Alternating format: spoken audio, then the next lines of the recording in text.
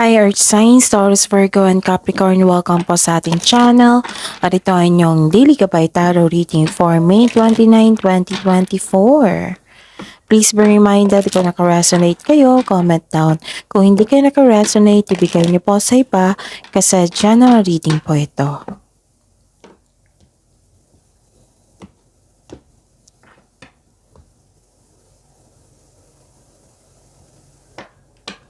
Gamitin ang reading na ito bilang gabay lamang.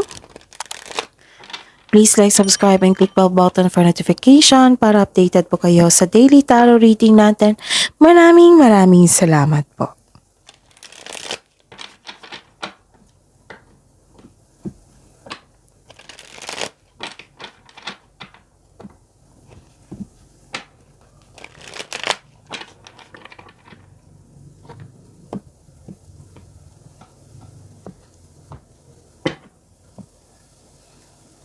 Spirits Guide, ano po ang mga ganap sa araw na ito, May 29, 2024, para po kay Taurus, Virgo, and Capricorn.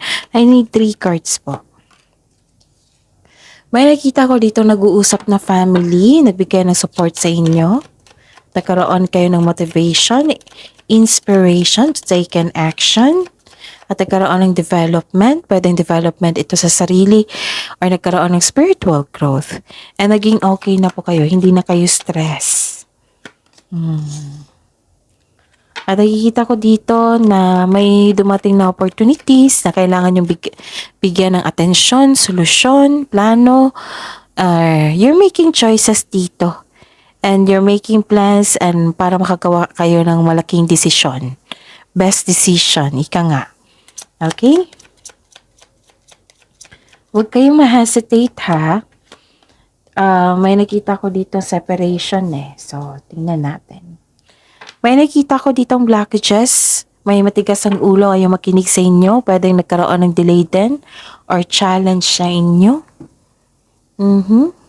So, hingi tayo ng mensahe. Or may nakita kong kaaway dito eh. May kaaway. Mga mensahe po para kay Taurus, Virgo, and Capricorn.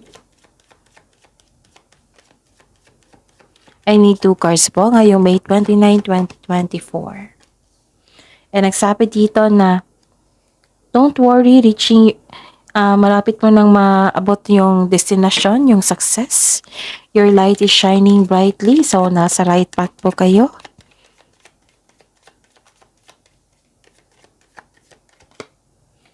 And kailangan nyo ng pahinga dito at magkaroon ng time sa nature kasi may grounding ako nakita dito. Go deep, explore your roots.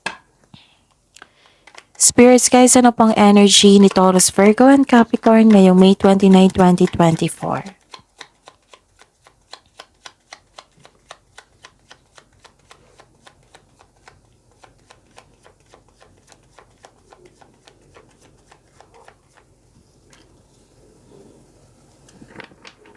And the clarification po.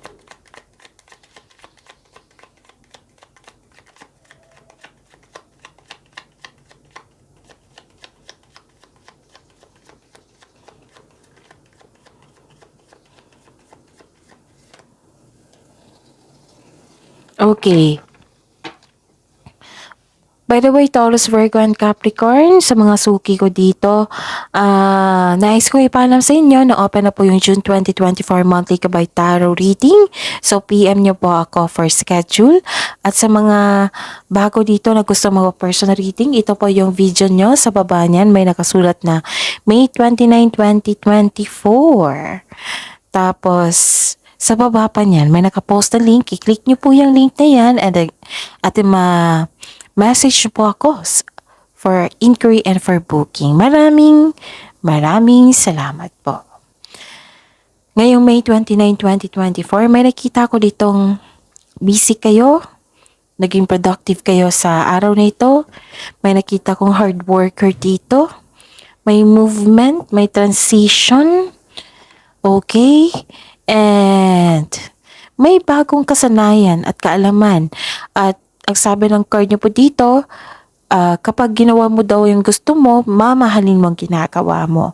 Ang tagumpay sa panalapi at seguridad ay produkto yan ng iyong pagsusumikap. So may harvest mo dito at may tagumpay ako nakikita dito. So keep up the great work, okay? Hard work at dedikasyon sa trabaho o sa negosyo for financial prosperity. Patuloy mo lang magsumikap.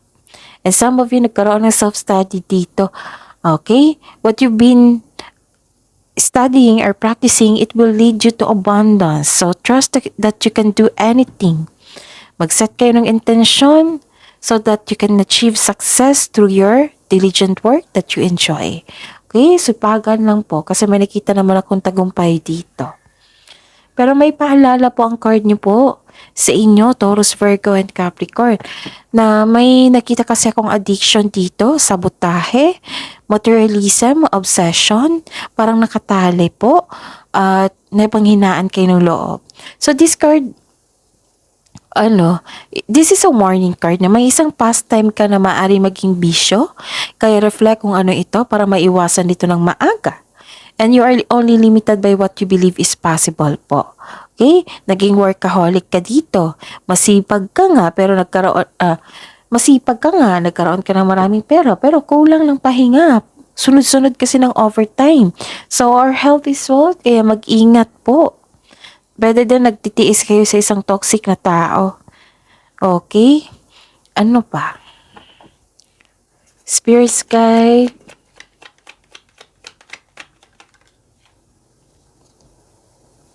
Career and money po, and the clarification po.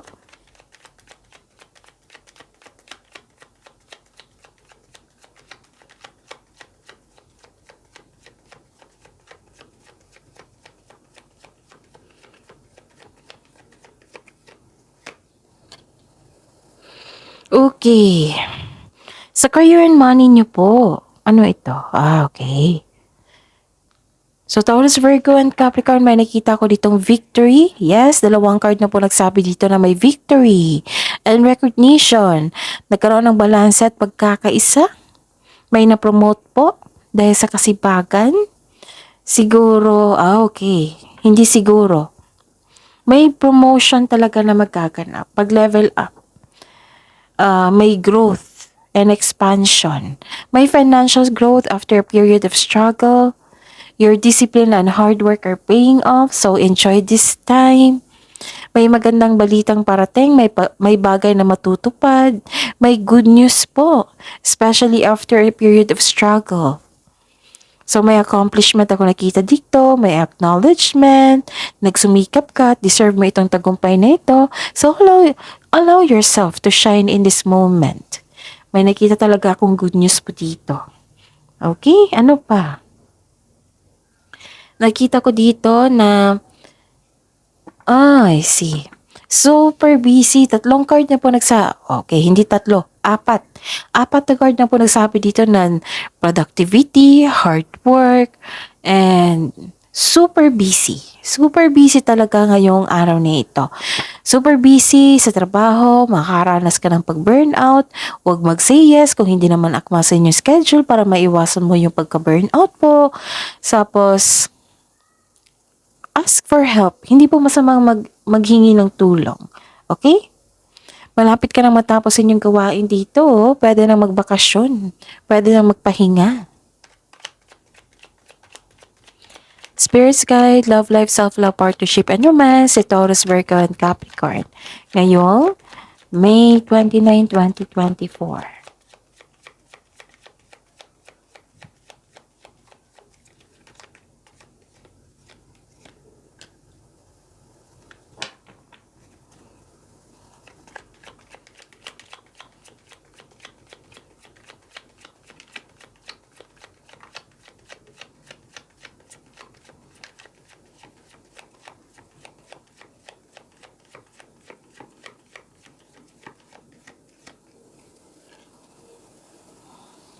Okay.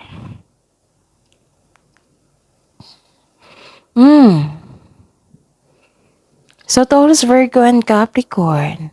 May nakita ko ditong concern sa isang mayabang. yung sobra na. Ayun. May naging arrogante po dito, which is concern niyo po. May bossy po dito na gusto niya makuha lahat ng gusto niya.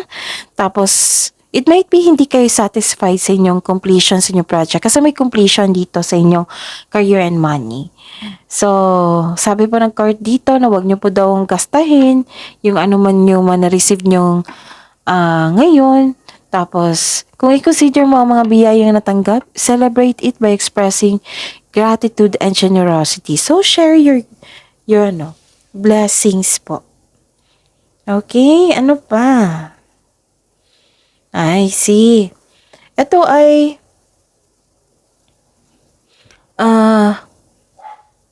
okay.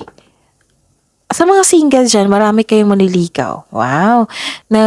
Tapos iwasan nyo lang po daw mag-overthink kasi sa kakapili nyo kung sino sa kanila yung may genuine in love, nalilito na po kayo. Oh, sa mga may relasyon sa buhay mag-asawa, kahit may partner kayo, may temptation pa rin. Mag-ingat po kasi, ayun, mahirap kasi yung temptation eh. Lalo na committed na talaga, kasal na. So, mag-ingat po sa temptation. Balansehin. Okay? So, tingnan natin kung may repeating number.